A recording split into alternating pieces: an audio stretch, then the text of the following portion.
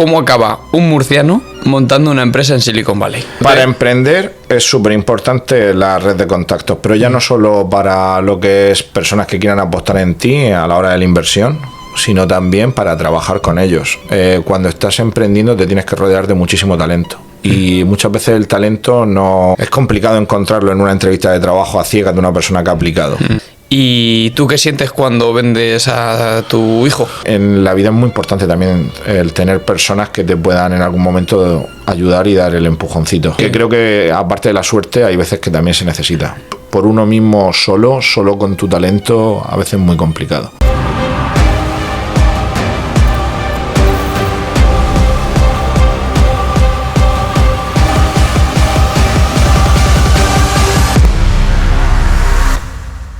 José María Denia, bienvenido. Muchas gracias. Buenas tardes, Marcos. Gracias por pasar de por Haz que Pase. Un placer y muchas gracias por invitarme, la verdad. Siempre empiezo con una pregunta muy sencilla para poner un poquito de contexto a la gente, que es que os defináis. ¿Quién es Denia? Denia es un chico de Murcia, nacido y criado en Murcia. Y una persona con mucha suerte. Así me definiría. ¿Ah, sí? Sí, porque creo que me han pasado muchas cosas bonitas en mi vida y hay muchas de ellas que tienen que ver seguramente con el esfuerzo y con ser constante en ciertas cosas, pero yo después me pongo a echar números, yo he tenido suerte. Vale. Sobre todo con la gente que me he ido cruzando y las cosas que me han ido sucediendo, que luego te contaré. Pues entonces, mira, ya tenemos algo más en común, porque creo que es algo que también me ha pasado a mí en mi vida. Además, a mí, un amigo de mis padres, que para mí siempre ha sido como muy sabio y le tenía mucho respeto, siempre me dijo: Marcos, tú tienes como la estrellita del Mario Kart, ¿sabes? Y es verdad que luego lo analizaba y pues considero que tengo suerte. Y muchas veces es verdad que da como un poco de cosilla decirlo, por si acaso esto de tocar madera, ¿no? De que me vaya mal, pues sí. No, yo admito que tengo suerte y trato de que no se me vaya, o sea, lo repito muchas veces. También es verdad que esto es un tema que me gusta hablar siempre con mis amigos. Tengo suerte, pero también hago que las cosas pasen, ¿sabes? Es como que hago que las probabilidades de tener suerte sean más grandes. Hay una frase que me gusta mucho, creo que no sé si era de Pablo Picasso, ¿no? Dice, la suerte siempre te pillará trabajando, ¿no? Y es que creo que al final, pues bueno, cómo enfocas tu vida, cómo tratas a las personas en el día a día y tu carrera profesional a base de lo que hemos dicho de esfuerzo y de equivocarte muchas veces, pues al final surgen oportunidades y al final pues acaban pasando cosas. Totalmente. Hay que decir que estás aquí porque nos ha puesto en común Jaime, que hace poco estuve con él en Dubái y salió a decir, Denia tiene que aparecer en el podcast. Y bueno, entraremos luego un poco más en la parte personal vuestra, que antes hemos hablado fuera de cámaras. Nosotros ya nos conocemos de la boda de Mario anteriormente. Pero bueno, hay una serie de cosas que creo que son brutales que podamos comentar aquí. Pero vamos a empezar un poco por el tema principal, que creo que puede ser muy interesante para la gente que nos escucha, de tu etapa como, bueno, en el emprendimiento o como empresario. ¿Cómo empezó todo? ¿De dónde empiezan tus estudios y demás? Bueno, yo estudié Ingeniería de Telecomunicaciones en Cartagena en el año 2000. De ahí saqué grandiosos amigos y también una gran experiencia. Lo que yo creo que una de las cosas de estudiar teleco es que te prepara para cualquier cosa. Eres como una navaja multiusos. Vale. Porque llega un momento que eres capaz de hacer muchas cosas y de hecho muchos de mis amigos, unos han acabado pues en algunos temas de haciendo telecomunicaciones con temas de antenas, otros programando, otros economistas, otros son haciendo coaching. Es decir, es muy curioso de que de una carrera de ciencias al final mucha gente a la que conozco ha estado trabajando en cosas muy diferentes y muy diversas. Yo creo que es que el estar metido ahí durante 5 o 6 años, hay gente que tarda más, yo le hice en 6, pues te abre mucho la mente, porque te encuentras muchas dificultades en la carrera y tienes que acostumbrarte a resolver, te enseñan a resolver problemas. Después tú ya decides dónde quieres trabajar. Claro, yo creo que pasa también un poco al final del camino de la vida, tú muchas veces eliges a lo mejor una carrera en concreto porque pues en ese momento te gusta y demás, pero luego, por lo que tú dices, en cuanto el conocimiento se va ampliando, la experiencia, vas viendo si esa carrera encaja contigo o no, pues también luego en el camino vas pivotando. Vas pivotando, Vas pivotando. Y bueno, ahí fue un poco donde empezó todo. Yo la verdad es que no lo saben, de mi amigo, yo creo que no lo saben todos, pero es verdad que yo he montado 2 empresas, ¿vale? Y la segunda puedo decir que fue una empresa de éxito. Y la primera, yo creo que casi nadie lo sabe, que fue donde empezó mi vena emprendedora. Hice un máster, un MBA, al acabar la carrera en el año 2006 o 2007, creo. Y ahí conocí a personas que me apoyaron, o sea, que me motivaron. Eran como personas lo podría llamar como incluso mentores, ¿vale? Que me parecía muy interesante lo que ellos hacían. Eran personas también que venían del mundo del emprendimiento, que ya habían montado una empresa o estaban en proceso de montar algo. Y la verdad es que conecté muy bien con ellos. Sobre todo con un amigo mío que se llama José Gabriel, que yo creo que ha sido uno de mis mentores profesionales, aunque él no lo sabe. Saludos, José Gabriel. Se lo mandaremos. Y nada, ahí pues con el tema de hacer el curso final de máster, pues montamos una empresa. Que por aquello entonces nos parecía súper rompedora, innovadora, que era cuando todavía no estaban los smartphones. Estábamos pensando en cómo generar, a través de Bluetooth, generar una red dentro de una nave o de un recinto, conectando los diferentes móviles a través de Bluetooth, y que pudieran entre ellos como si fuese una intranet o algo así. Pasarse mensajes, como si fuera una intranet, pero más que una intranet era como una especie de red social conectada por Bluetooth. Vale. Entonces tú imagínate que a lo mejor ibas a una feria y tú metías tu perfil y era capaz de identificar que otras personas pues tenían perfiles compatibles contigo, para poder tratar temas de interés o intercambiar ideas. Bueno, pero que servía de todo. Desde para una feria, como te estoy hablando, que era una especie de el primer Tinder. Vale, sí, sí. Era un Tinder por Bluetooth. Vamos. Qué visionario. Sí, vale. sí. Y ese fue el proyecto que tuvimos inicial y llegamos a constituir la empresa, pero después ya nos metimos cada uno en nuestros proyectos personales, más que otra cosa en nuestros trabajos, y se diluyó. Pero bueno, esa fue el primer contacto que tuve. ¿Eso con qué edad estamos hablando? 25 años, por ahí, más o menos. Vale, entonces, Dani, ahora aquí viene la pregunta estrella que llevo tiempo pensando.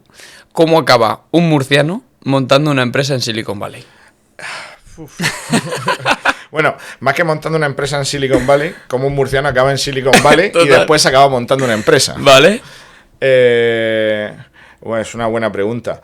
Lo que he contado antes de la suerte. En el año 2012 era, digamos, como ya el coleteo final de la crisis que hubo durante el 2010, 2009 en España. Y yo estaba trabajando para una empresa que se dedicaba a tema de proyectos para administración pública, una empresa de telecomunicaciones. Hacía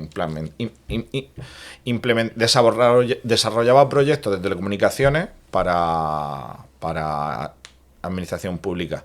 Vale. Y pues bueno, llegó la crisis.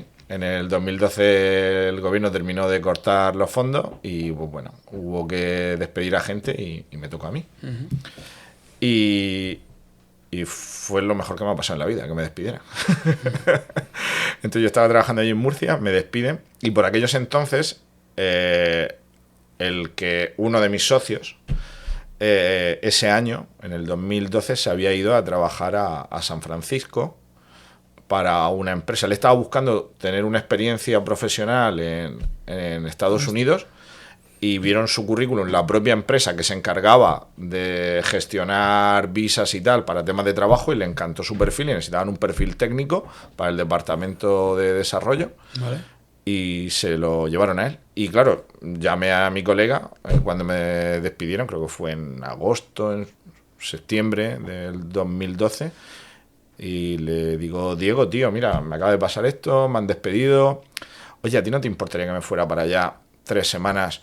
Nos tomamos unas cervezas, practico inglés, me enseñas aquello de San Francisco, que tiene que ser muy bonito. O sea, sin ningún ánimo de buscar nada profesional ni nada. Pero mi socio, es verdad que Diego siempre ha sido una persona muy enfocada al business. Y entonces me coge y me dice: José, tío, Mira, la verdad es que ahora mismo están buscando aquí una plaza, ¿de acuerdo?, para cubrir en el departamento de desarrollo, era de becario. Y yo sé que a ti se te da bien la programación. ¿Tú estarías interesado, en vez de venirte aquí 15 días a que nos tomemos una cerveza, venirte aquí a trabajar? Y yo por aquello entonces, yo de verdad que ni colocaba bien California en el mapa. Yo sabía que era un estado, pero... Y le digo, bueno, déjame que me lo piense. Digo, porque tenía intención, o sea, yo ya que sabía que me gustaría salir y tal, pero se me quedaba un poco lejos, la familia. Y nada, me lo pensé poco. Al día siguiente le llamé y le dije, vamos para adelante. Vamos a empezar el proceso. ¿Consultaste con alguien o...? No, fue... Por aquello entonces también yo acababa de salir de una relación. Momento perfecto de cambiar de aire. Necesitaba un reset. Necesitaba un reset. También a nivel profesional no me terminaba de gustar el trabajo que había estado haciendo, no me llenaba lo suficiente. Y lo vi una gran oportunidad de hacer algo que no tenía. De hecho, es curioso porque yo siempre había dicho, oye, se me da bien la programación, pero yo quiero trabajar de teleco, ¿no? Y el trabajar un trabajo de programación. Yo he dicho, si puedo en mi vida no trabajaré de programador. Y bueno, pues ha resultado que me encantaba. O sea, para que veas. Y se me da bien. Se me daba bien. Ahora ya programo menos. Y a esto, bueno, pues tuve un proceso, creo que duró 3 meses. Pasé diferentes entrevistas con sus diferentes jefes. Me preparé también la entrevista con un profesor de inglés, porque bueno, yo sabía inglés, pero llevaba tiempo sin practicarlo. Aparte, había hecho el Erasmus en Francia, o sea, llevaba mejor el francés que el inglés. Vale. Y no sabes lo complicado que es entender a un hombre de Texas con un bigote que le tapa la boca en una videoconferencia, en una entrevista de trabajo. Pero bueno, más o menos saqué las entrevistas para adelante con lo que me fueron preguntando y a final de febrero, enero, me dijeron que querían contratarme y ya planifiqué mi salida para San Francisco. Perdona, por ubicarme yo en agosto. Septiembre. ¿Es el despido? Vale, sí. Durante septiembre, octubre, mi compañero empieza a mover para presentar mi currículum. Vale. Y en octubre empieza un proceso que al final, pues bueno, se alargó 2-3 meses. Y finalmente, pues me dieron el ok. Me acabé yendo pues, por motivos de visa y tal. Entiendo, sobre todo, porque ellos tienen que tramitar la visa y tal. Me acabé yendo, de hecho, recuerdo perfectamente el día, un 8 de marzo. A San Francisco. Vale. Aparte, cuando llegué allí, lo bueno, casualidades de la vida, que uno de mis mejores amigos, Pablo, también estaba trabajando allí, se había ido a trabajar por otra cosa totalmente diferente a lo mío, no tenía nada que ver. Él estaba trabajando por una startup, él es informático, y llegué a mesa puesta. O sea, llegué allí el primer día, tenía casa, que es muy complicado encontrar casa en San Francisco, y tenía amigos. O sea, recuerdo que me levanto por la mañana y me dice Pablo, ahora mismo están viniendo para acá unas 15 personas para que hemos montado una fiesta de bienvenida para ti. Y digo, ¿cómo? Entonces, llaman abajo a la puerta, abro la puerta y veo a 3 mexicanos. Uno de ellos es Ramiro, que se ha convertido después también en uno de mis mejores amigos. Me aparece con una paellera para 10 personas y me dice, toma, me han dicho que tú eres Denia y que sabes preparar paella. Y le digo, ¿y dónde saca esta paellera? Dice, la pedí hace una semana por Amazon.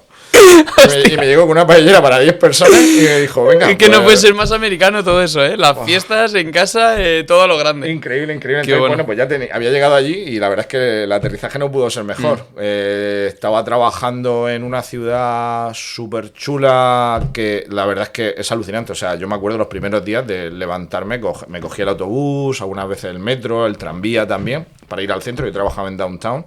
Yo estaba en el barrio de... estaba en... no me acuerdo, en Hayes Valley se llamaba el barrio. Vale. Un barrio ahí muy chulo de San Francisco. Muy hipster. Muy hipster. Y todos los días recuerdo de coger el autobús y era como... Estabas mirando, ibas pasando por Market Street, que es la calle principal de San Francisco, y a veces te planteas, tú dices, ¿qué hago yo aquí? Lo que tú dices, ¿de qué hace un murciano en San Francisco? ¿No? Y yo miraba así, digo, ¿qué hago yo aquí? Eso no se veía en Murcia, ¿no? Por aquella... No, por aquello no se veía. Y aparte también la ciudad es que es preciosa. Sí. O sea, la ciudad... No he tenido ocasión todavía de ir por esas tierras. Pues te lo aconsejo, la ciudad es muy bonita. Es verdad que últimamente está teniendo muchos problemas, sobre todo el centro, por el tema de las drogas, sí, la algo adicción, el tema del fentanilo. Pero lo que es la ciudad... Bueno, entonces, ¿estás en este trabajo durante cuánto tiempo? Ahí estuve 2 años trabajando ahí. De hecho... a los 2 años me volví a España como Vale. freelance. O sea, estuve hasta 2013, 2014 entero y ya a final de 2014, principio de 2015 volví a España. Pero tengo que reconocer que me aportó mucho más que el trabajo.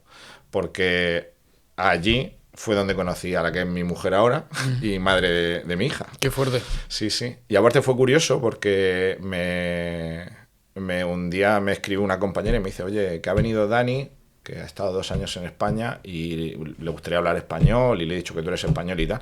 Claro, a mí me dice Dani y yo entiendo que es un chico, ¿vale?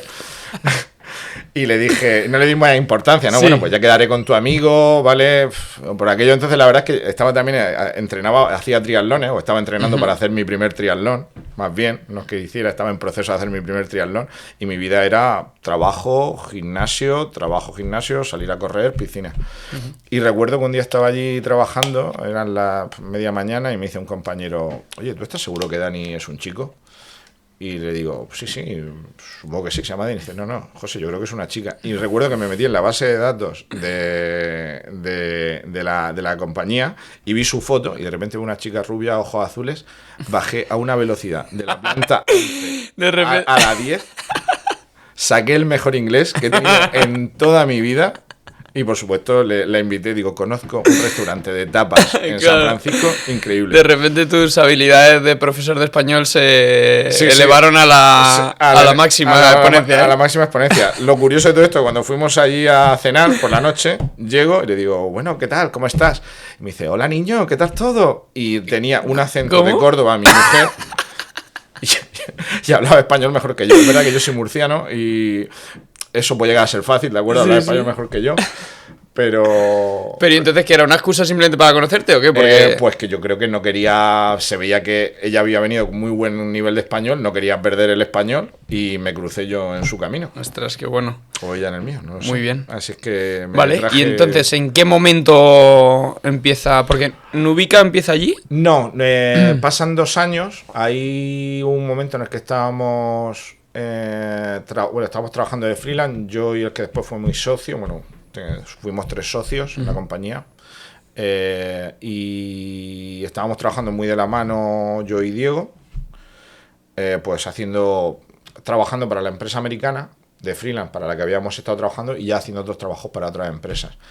Y llega un momento en el que te ves que estás trabajando 12 horas al día como freelance y claro, empiezas ya a plantearte, le planteas a la persona con la que colaboras y tal, oye, ¿y si esto, la única forma de escalar que tenemos es montando una empresa? Por 2 motivos. Uno, porque primero, un autónomo al final escala con su tiempo, o eres capaz de involucrar a otras personas en el proyecto, o estás condenado a trabajar muchísimas horas, que después nos hemos dado cuenta que montamos la empresa y trabajamos aún más, pero bueno, Claro. lo que era, la idea era buena. Y después también creo que teníamos una ventana de oportunidad muy buena, porque veníamos de estar en Estados Unidos haciendo un proyecto tecnológico que a lo mejor estaba adelantado 4 años a los proyectos tecnológicos 5 años de los que había España. Es decir, veníamos con una cantidad de conocimiento sobre esa tecnología que nadie tenía. Y eso nos daba una ventaja competitiva para el mercado. O sea, veníamos muy fuertes y todavía no había llegado eso, o no había llegado el nivel de proyectos que nosotros teníamos aquí a España. Vale. O estaba empezando.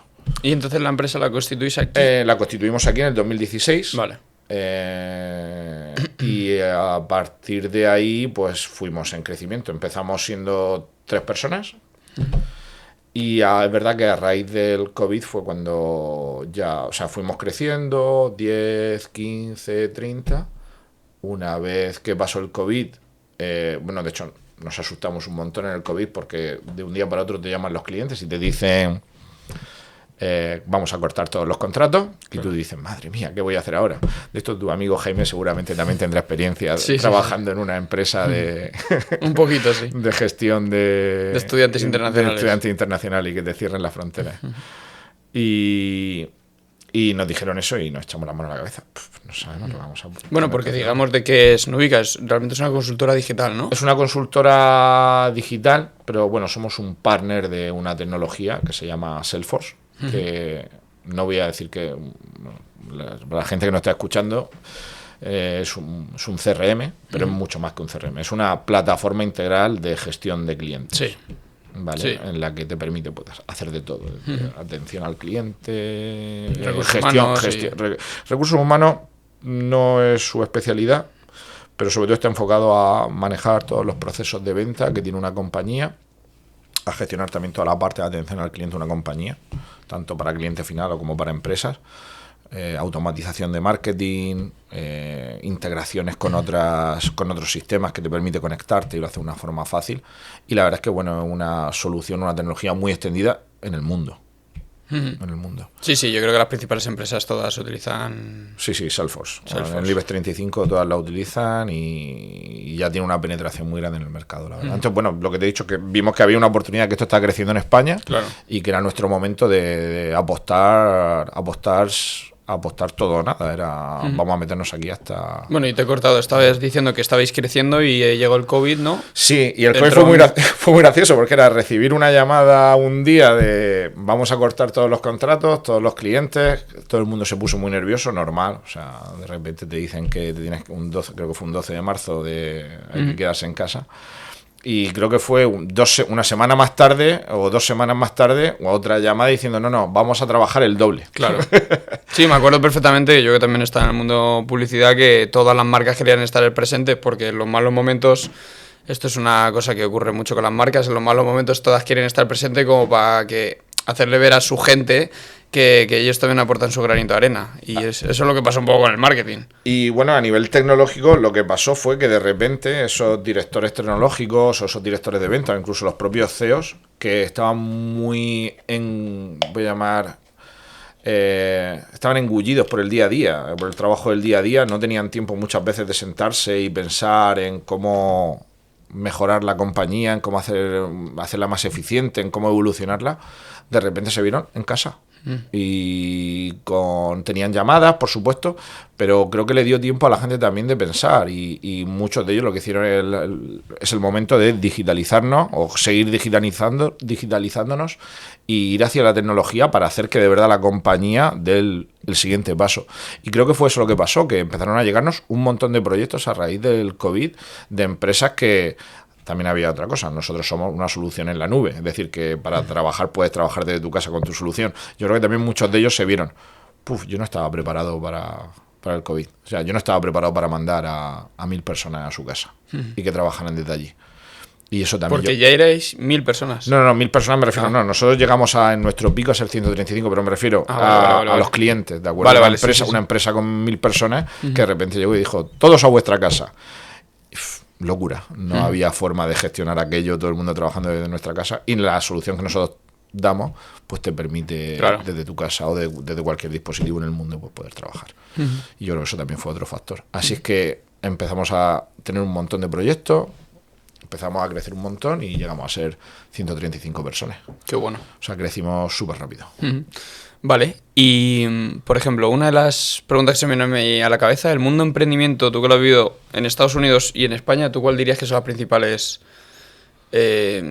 cosas que percibes de diferencias? Sí, a ver, yo, mi experiencia del mundo del emprendimiento en Estados Unidos viene más por osmosis, es decir, por haberme juntado con emprendedores. Tengo muchos amigos que en Estados Unidos que habían montado sus propias empresas, que habían emprendido, y he tenido muchas conversaciones con ellos, es decir, no lo he podido vivir en mis carnes. Y recuerdo, sobre todo en San Francisco, la sensación que tenía era que el emprendimiento era casi una forma de vida. Y te voy a contar una historia muy graciosa de lo que define un poco el aire, ¿no? Lo que se respiraba en San Francisco. Recuerdo cuando llegué allí, pues el landlord, el que nos alquilaba la casa, pues un día llegó por allí. Hombre, me presento, yo soy José, vengo de Murcia. Ah, bueno, ¿qué tal? Muy bien.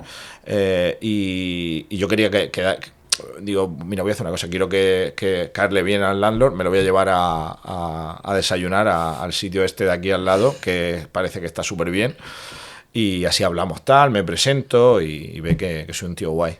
Entonces me lo llevé a desayunar a uno de los sitios cool de allí de San Francisco. Creo que nos costó el desayuno 60 euros por persona, algo así los dos. Joder. Sí.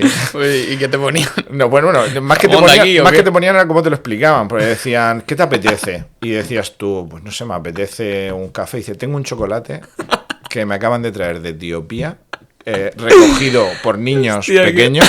¿De acuerdo? Por niños de 3 años, que lo ponen ellos con sus propias... O sea, que te contaban una historia, o querías bacon y te contaban una historia de la vaca. O sea, desde cuándo había nacido la vaca... El storytelling. El storytelling. O sea, allí eso no era un desayuno, eso era una experiencia. Y me acuerdo, pero bueno, más allá del desayuno, me acuerdo que coge... el que nos rentaba la casa, sí.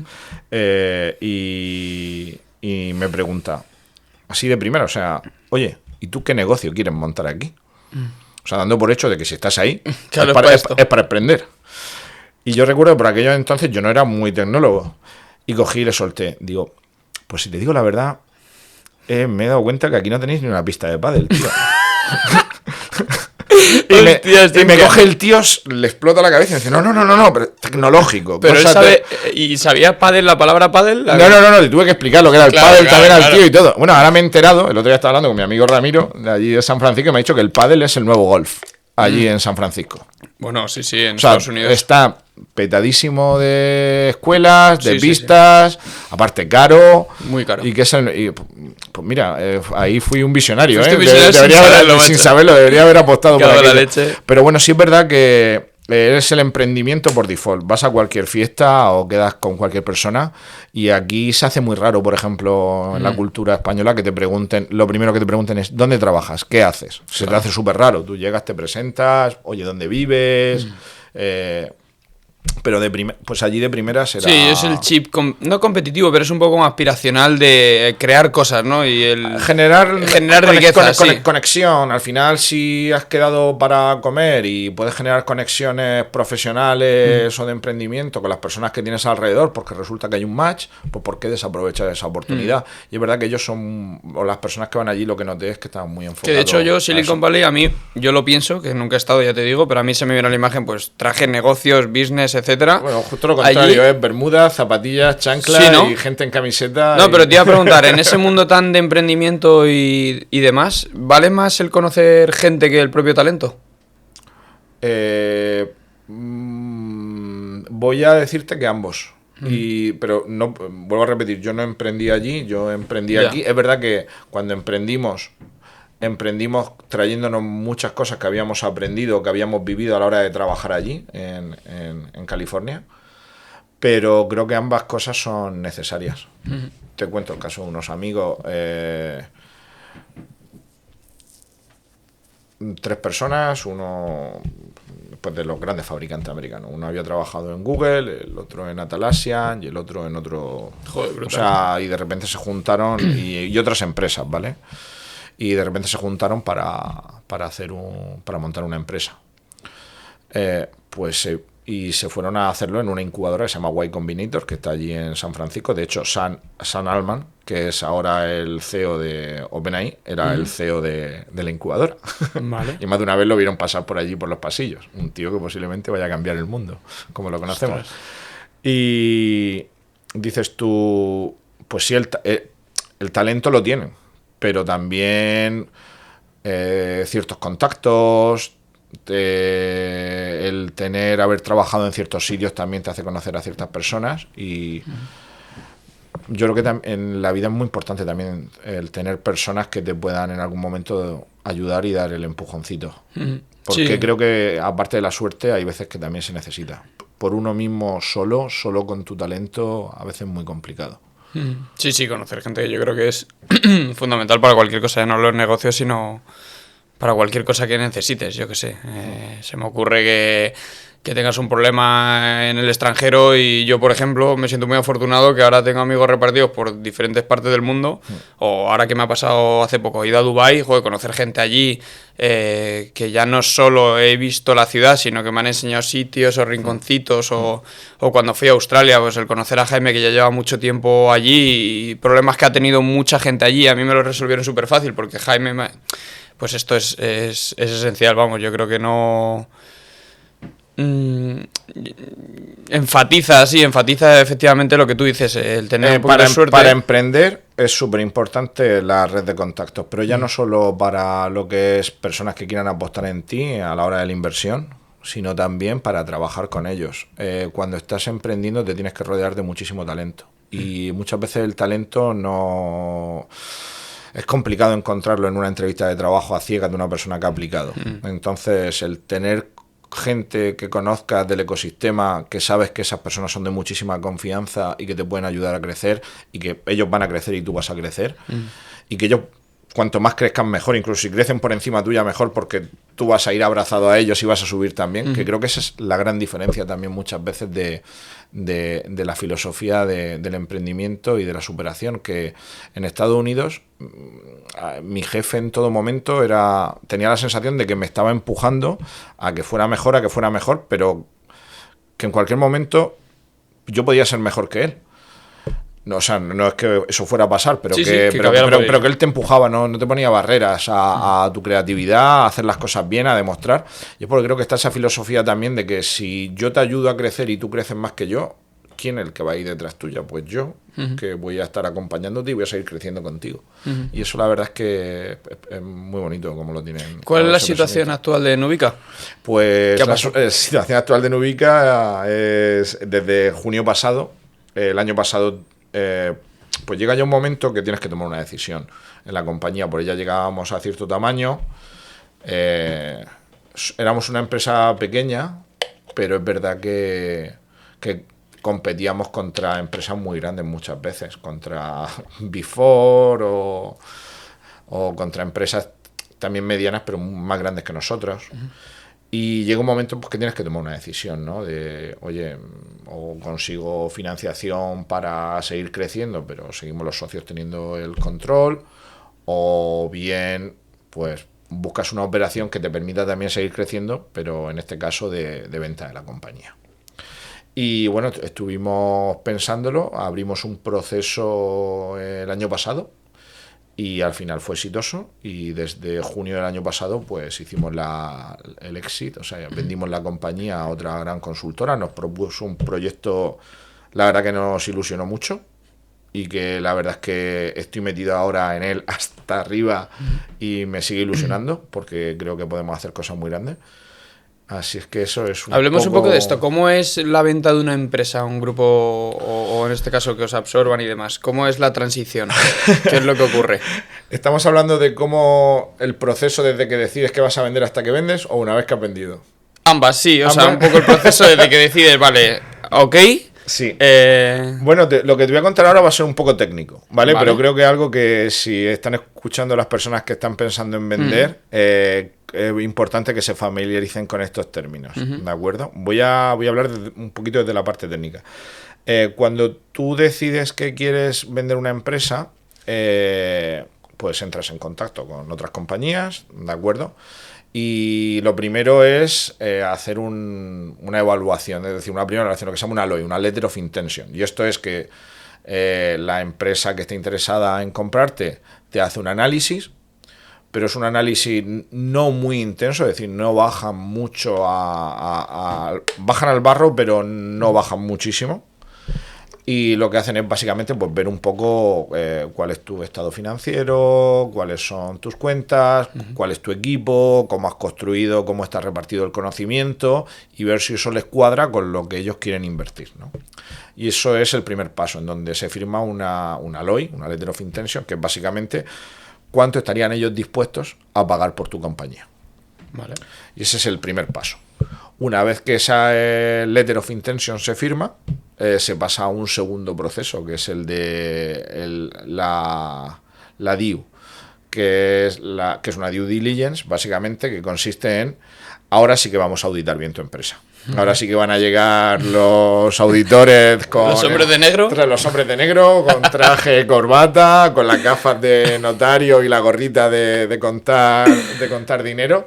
Y sí que vamos a auditarte muy, muy, muy, muy bien para ver que todo aquello que nos has contado que eran activos de tu empresa o posicionamiento de tu empresa era cierto. ¿vale? Y ahí sí es verdad que te hacen un análisis, una radiografía totalmente de dónde está la compañía. Y eso al final lo que marca es el precio final que se acuerda.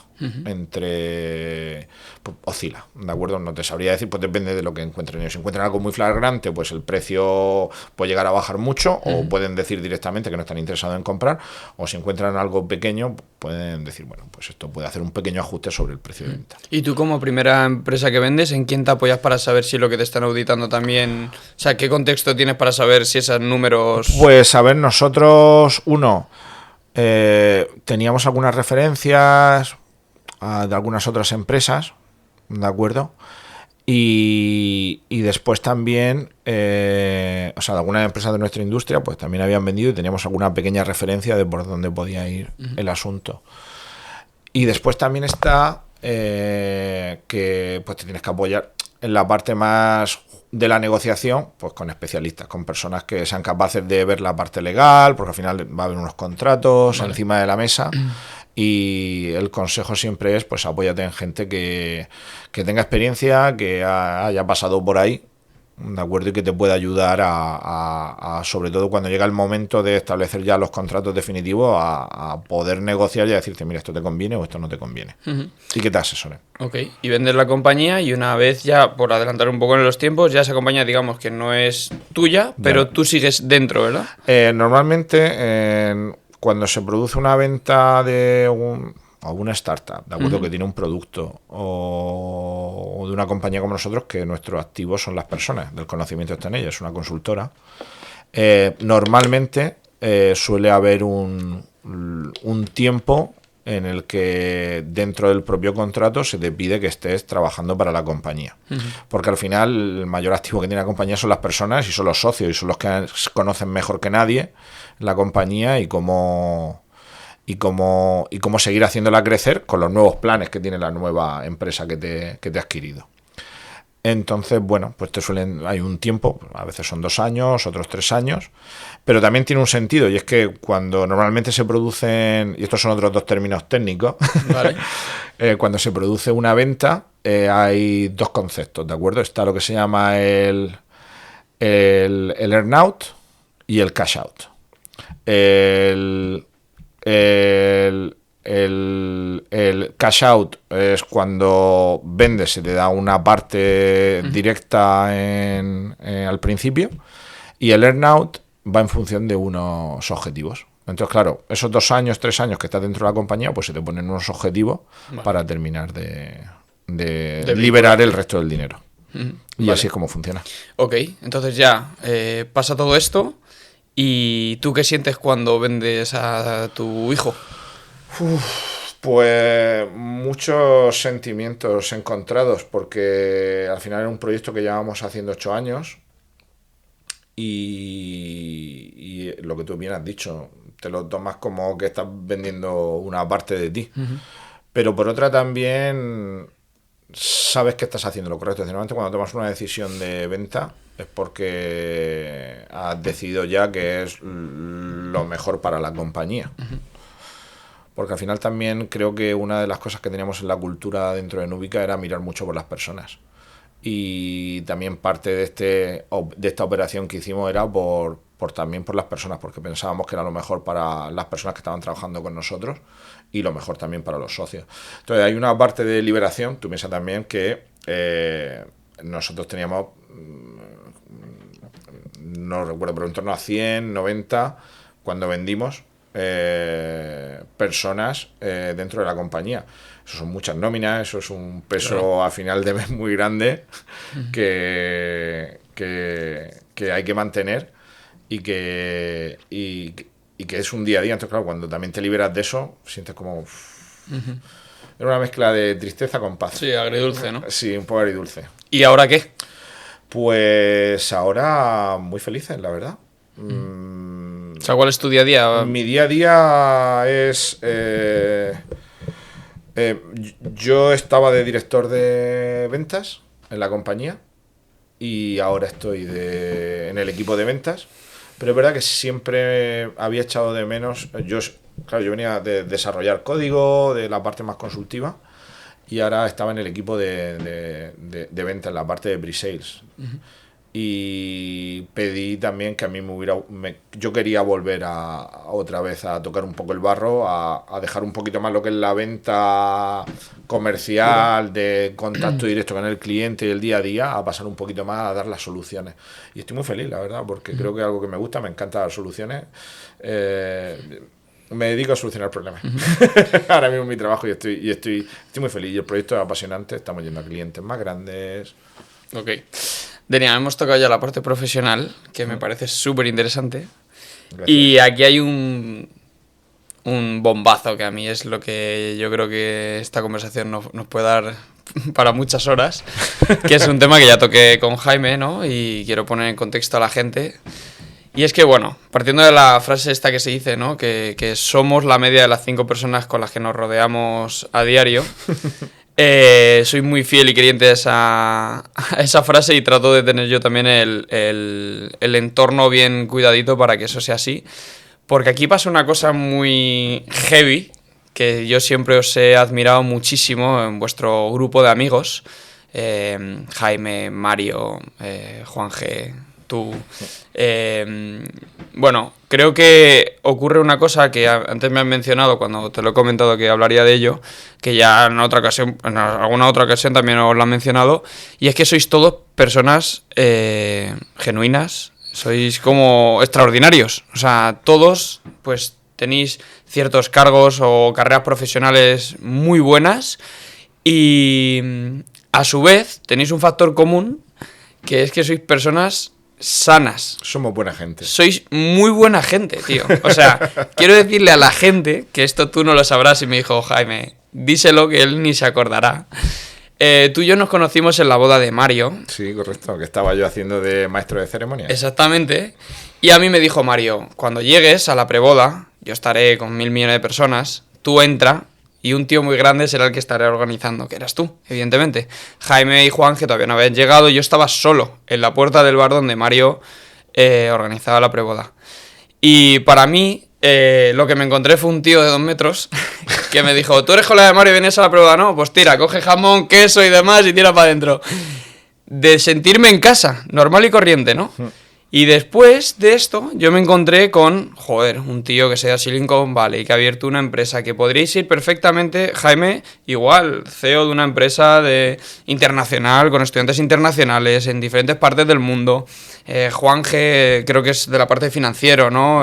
Correcto. Mario, arquitecto, que luego también acaba, o sea, me parecéis todo gente como que yo admiro un montón, ¿no? Y creo que ahí hay una parte de esta frase que decimos que no puede ser casualidad y corrígeme si yo me equivoco, pero yo interpreto que sois amigos que ya no solo que os apoyéis, sino que os alegréis de que al otro le vaya mejor que a ti si es necesario. Y eso al final te nutre en tu carrera de vida para motivarte, inspirarte y tirar para arriba en lo que sea y afrontéis. Y no sé.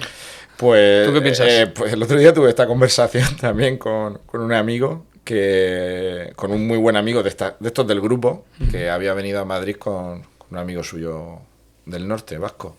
Y él mismo le decía eso, dice, tío, ¿qué os pasa en el grupo? Es decir, sois todos buenas personas, uno se va a Dubái, el otro se va a San Francisco, el otro se va a no sé dónde, estáis montando negocios, y sobre todo se sorprende eso. Y dice, y aparte que soy buena gente. O sea, es que soy gente muy divertida, muy cercana. Y claro, me hizo otra vez plantearme, digo, pues, ¿qué puede ser que pase en este grupo, no? Porque algo sucede. Está claro que, y ya más allá del tema del emprendimiento, el tema de verdad de buena gente, de gente que experimenta. Y estuve pensándolo y creo que hay un factor que puede ser muy importante. En el grupo en el que somos de amigos pasa una cosa muy rara.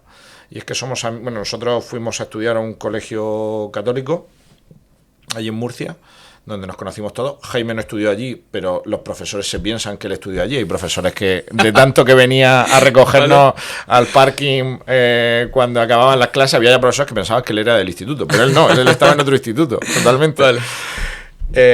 Y lo que siempre ha pasado es que hemos sido un grupo muy diverso. Es decir, a nivel de posicionamiento político muy diverso, de todos los palos. A nivel de vestir, que también hay otra parte, que es el tema de la moda, que pues, cada uno vestía totalmente diferente también. Estilo de vida. Sí, un estilo de vida totalmente diferente. A nivel de música, bueno, ni te lo cuento, o sea, a cada uno le gusta una música totalmente diferente. Y te hablo de un grupo medianamente grande, de 15, hemos llegado a ser 20 personas en el grupo, o sea...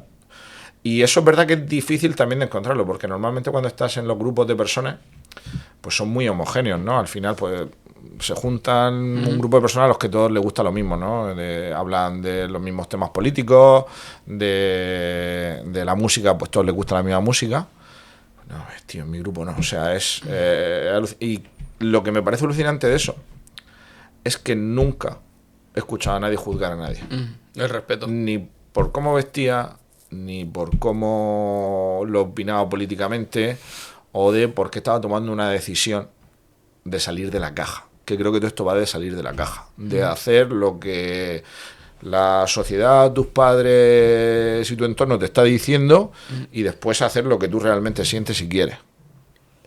Y tener ese apoyo sabiendo que tus amigos no te van a juzgar y que te van a apoyar, es decir, oye, que me voy de mi ciudad. Pero ¿cómo te vas a ir de ciudad si tienes aquí a tus padres y tienes aquí a tus amigos? Y no, justo lo contrario. Joder, tío, me parece alucinante. ¿Y cómo me puedo ir yo contigo? Qué bueno. Y creo que fue un poco lo que le pasó también a Jaime cuando se fue. Tenía a todos los amigos apoyando y llegó un momento, oye, Jaime, que nos queremos ir contigo también allí a Australia y se han convertido en unos profesionales brutales y son gente maravillosa. Y yo creo que el gran secreto es eso. Parece una tontería, pero el tener un entorno que no te juzga te ayuda muchísimo a que sea mucho más fácil tomar esas decisiones de hacer que pasen, las cosas. Totalmente, sí. Yo creo que además es algo que es que se obtiene también cuando vas al extranjero. Tú y yo ambos hemos estado fuera. Y esto lo hablaba también con Jaime en Dubái cuando estuve allí con él, de lo que se te abre la mente cuando estás de cero en un país nuevo, porque es nueva gente, nuevas culturas, nuevos hábitos, nuevo idioma, nuevas muchas cosas, que eso es lo que te da la madurez y la experiencia de vida, esto que se dice de me ha abierto la mente.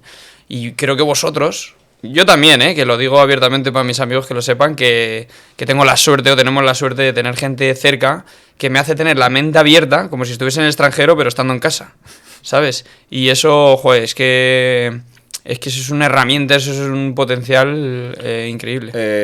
Es un activo de vida, o sea, ya no hablo de activo profesional, un activo de vida único. El tener personas al lado que son capaces de empujarte a que tomes tus decisiones sabiendo qué es lo que tú quieres hacer y que no te juzguen, por desgracia no lo tiene todo el mundo. Y tú en tu caso, después de la experiencia profesional que tienes, de haber levantado una empresa, venderla, bueno, dormir muy poco, tener una niña de 2 años y medio.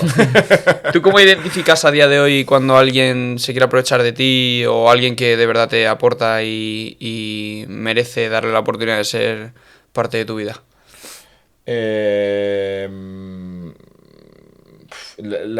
Te he contado que soy una persona con suerte, ¿verdad? Sí.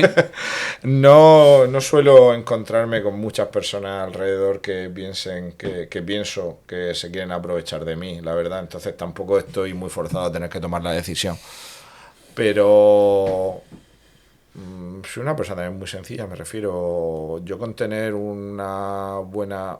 Voy a hablar de lo personal. Con tener una buena charla, tomando una cerveza y no se me juzgue, porque yo también hoy estoy siendo un poco comedido, pero es una persona bastante abrupta a la hora de hablar. Lo que pasa es que esto es un podcast y entiendo que habrá cosas igual que hay que contenerse. No, aquí se puede ser libre. Sí, se puede ser libre. Bueno, pues igual estoy cómodo, ¿vale? Estoy cómodo. Pero es verdad que soy una persona muy abrupta y con que no se me juzgue, ¿de acuerdo? Yo con eso es suficiente y pasar un buen rato y una persona valoro mucho también el humor.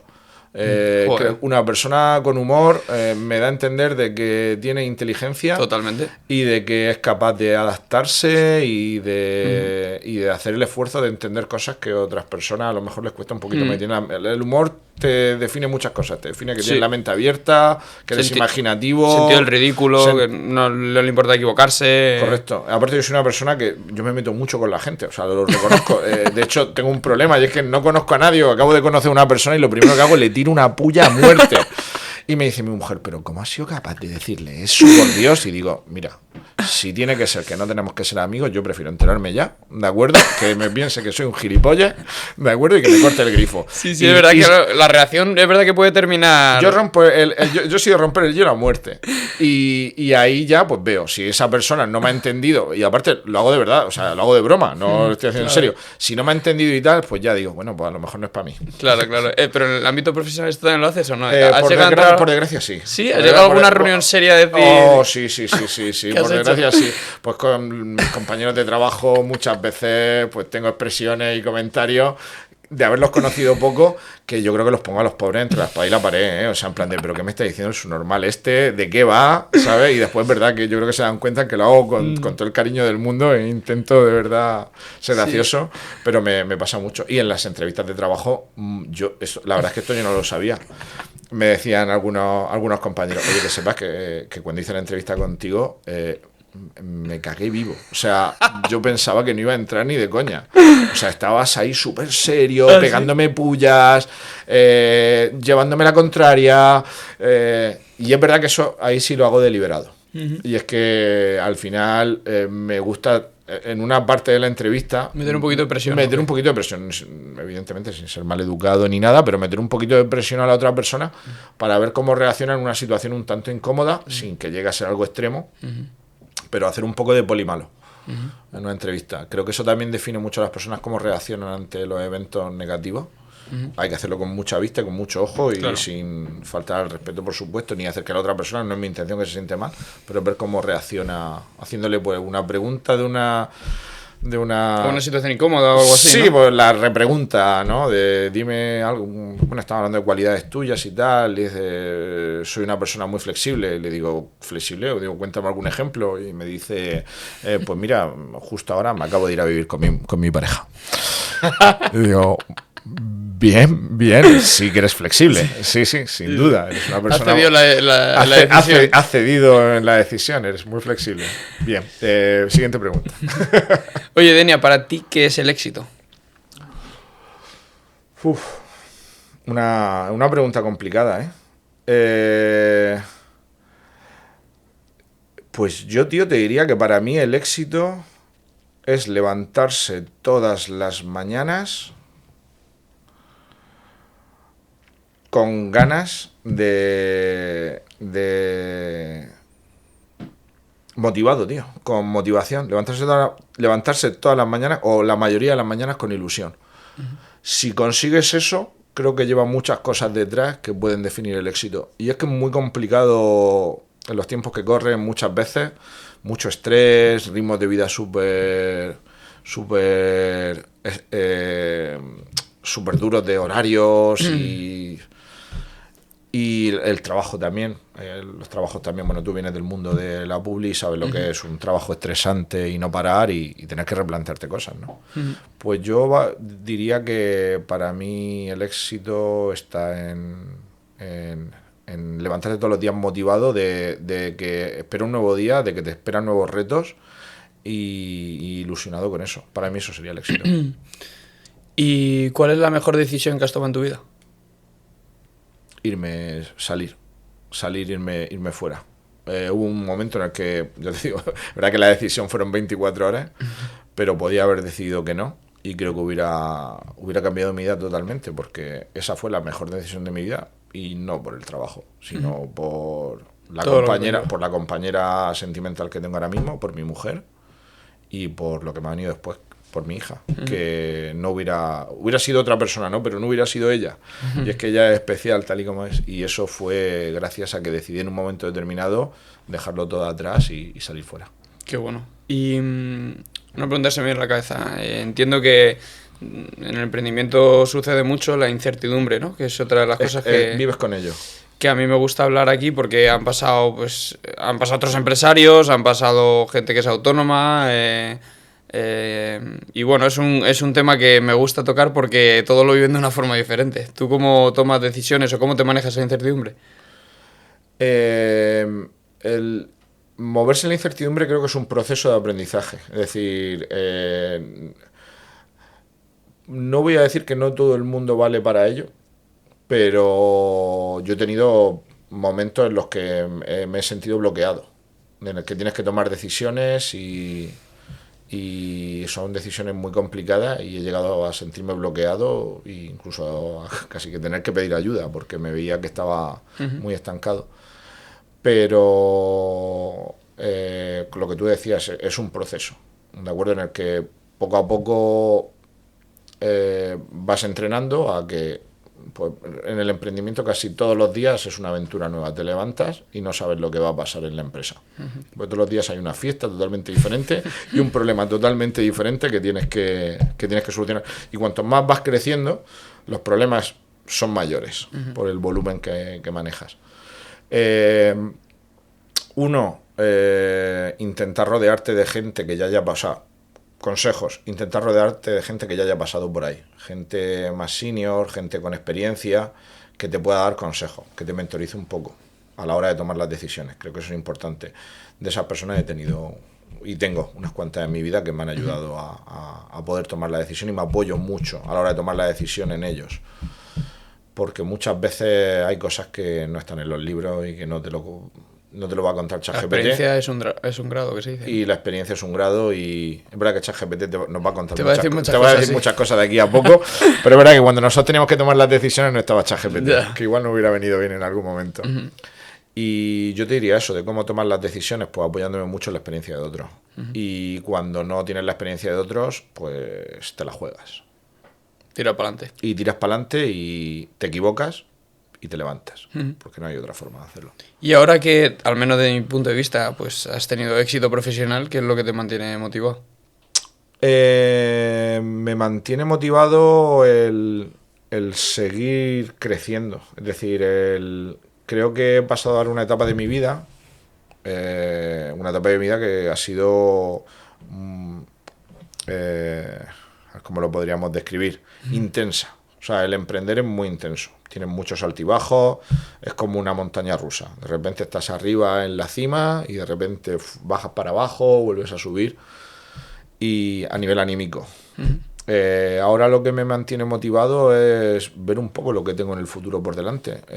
Yo siempre soy de la idea de que lo mejor está por venir.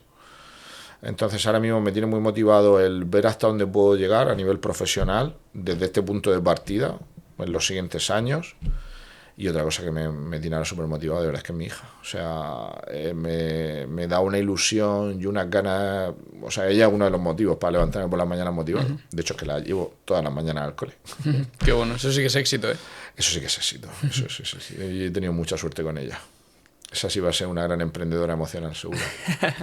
Genial. Bueno, vamos a pasar a una segunda parte del podcast que suelo hacer siempre con todos los invitados, que son unas preguntillas así un poco más rápidas y a ver qué es lo que primero que te sale, ¿vale? Venga.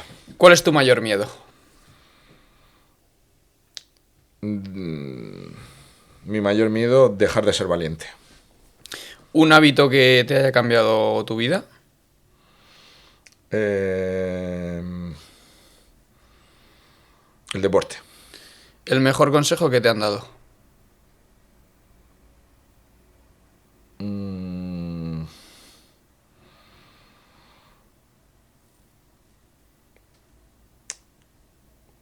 Cuenta hasta 10 antes de responder algunas veces. Y lo has hecho para pensar esa misma respuesta, sí. ¿Eh? Brutal, te ha quedado de locos. Sí. ¿Tu lugar favorito del mundo? Qué otra pregunta. Vale, playa, montaña, cualquier sitio, ¿no? Como no digas Murcia, te van a reventar. A ver, yo soy muy feliz en Murcia. Posiblemente, mira, yo he veraneado siempre en La Manga y tengo allí recuerdos de la familia, de mi tía. Seguramente uno de los sitios donde más feliz sea. Cuando estoy ahí en la playa con mi familia, me olvido de todo. ¿Tu mayor logro? Mi hija. ¿Qué defecto cambiarías?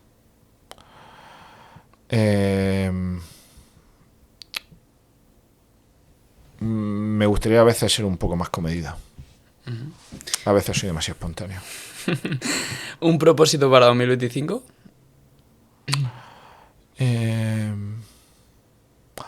Hacer más deporte. Creo que al final te metes en el día a día, paternidad y tal, y se olvida uno un poco de uno mismo y no tienes que olvidarte de ti porque primero hay que ser feliz para hacer feliz a los demás. Bueno, Denia, tío, para mí es casi cumplir iba a decir un sueño, pero bueno, no te quiero elevar tan alto, pero sí, o sea, para mí este podcast era muy importante porque me apetecía tener esta charla tranquilo contigo. Ha sido un auténtico placer poder contar contigo y que podamos seguir estando en contacto y consigamos hacer, no sé, alguna quedada pronto con vuestro grupo de Murcia y el mío. Eso sí que sería un sueño. Sí, juntarlo aquí en Madrid. ¿Crees que podríamos hacerlo? Eso, pasa, los tenemos desperdigados en el mundo y eso Esto ahora mismo es llamar a la congregación. Hacer una llamada a la congregación y que todos acudan a la voz del reverendo. Sería increíble. Desde luego que a mí una de las cosas que más felices me hacen en este planeta, aparte de conectar gente, es saber gente que no se conocen entre sí, pero que se van a llevar bien y que eso ocurra y lo vea con mis propios ojos, es algo que me hace hiper feliz. Y creo que ese mix de vuestro grupo con el mío podría ser increíble. Yo creo que tenemos que probarlo. Habrá que intentarlo. Así que nada, te dejo un espacio para que lances el mensaje que tú quieras, que se te ocurra, y recordarles al final el haz que pase a la audiencia. Vale, perfecto. Un mensaje.